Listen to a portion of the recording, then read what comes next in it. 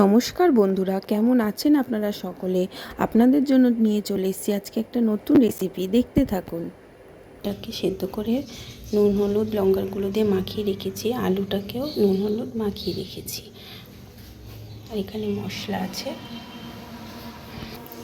গ্যাসে কড়াই বসিয়ে দিয়েছি, কড়াই গরম হয়ে গেছে। কড়াইতে এবার সর্ষের তেল দিয়ে দেবো।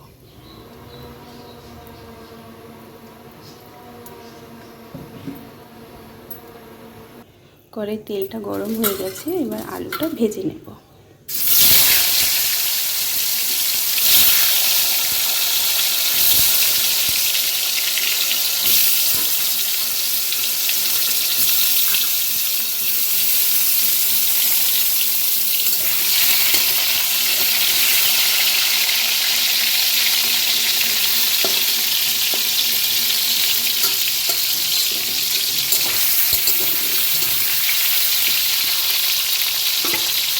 আলুটা ভেজে তুলে নিয়েছি, এবার ডিমটা ভেজে নেব।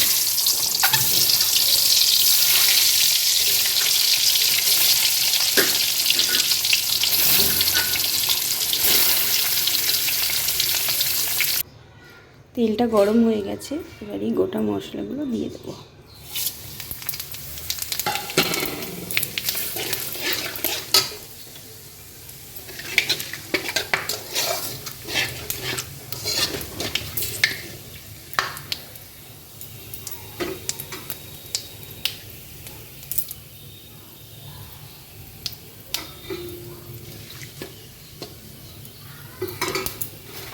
পেঁয়াজটা দিয়ে দেবো।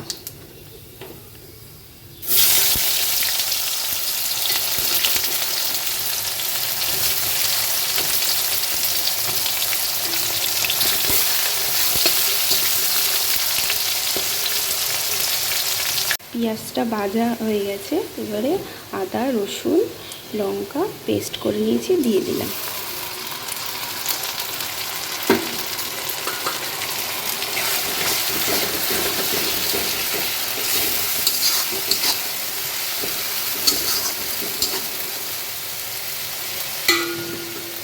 দেখুন আদা রসুন গন্ধটা, কাঁচা গন্ধটা চলে গেছে। এবার গুঁড়ো মশলাটা দিয়ে দেবো। এখানে লঙ্কার গুঁড়ো, নুন, জিরে গুঁড়ো, হলুদ গুঁড়ো, ধনে গুঁড়ো আছে।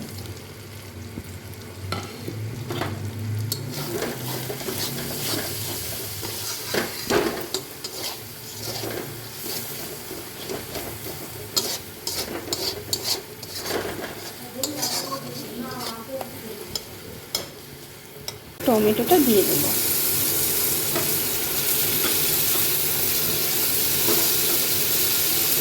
একটু কুচনো ধনে পাতা।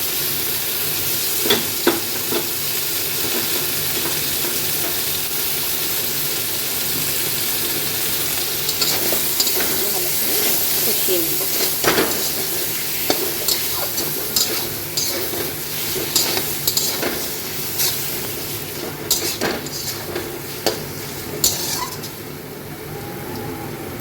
মশলাটা কষানো হয়ে গেছে, মশলা দিয়ে তেল ছেড়ে দিয়েছে।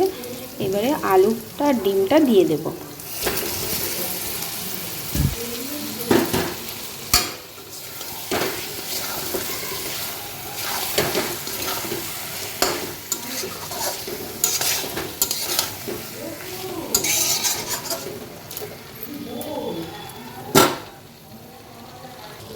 দেখুন আলুটা ডিমটা কষানো হয়ে গেছে, এবার চালটা দিয়ে দেবো। এটা বাসমতি রাইস আছে, আমি আধ ঘন্টা ভিজিয়ে রেখেছিলাম।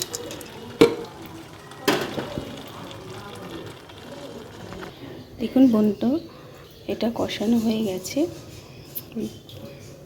বন্ধুরা, এটা ভালো করে কষানো হয়ে গেছে, চাল আলু মশলা সব ভালো করে মিশে গেছে। হ্যাঁ, এটা আমি একটা হাঁড়ির মধ্যে দিয়ে দিয়েছি। এবারে যা চাল দিয়েছি তার ডবল গরম জল করে নিয়েছি, এর মধ্যে দিয়ে দেবো।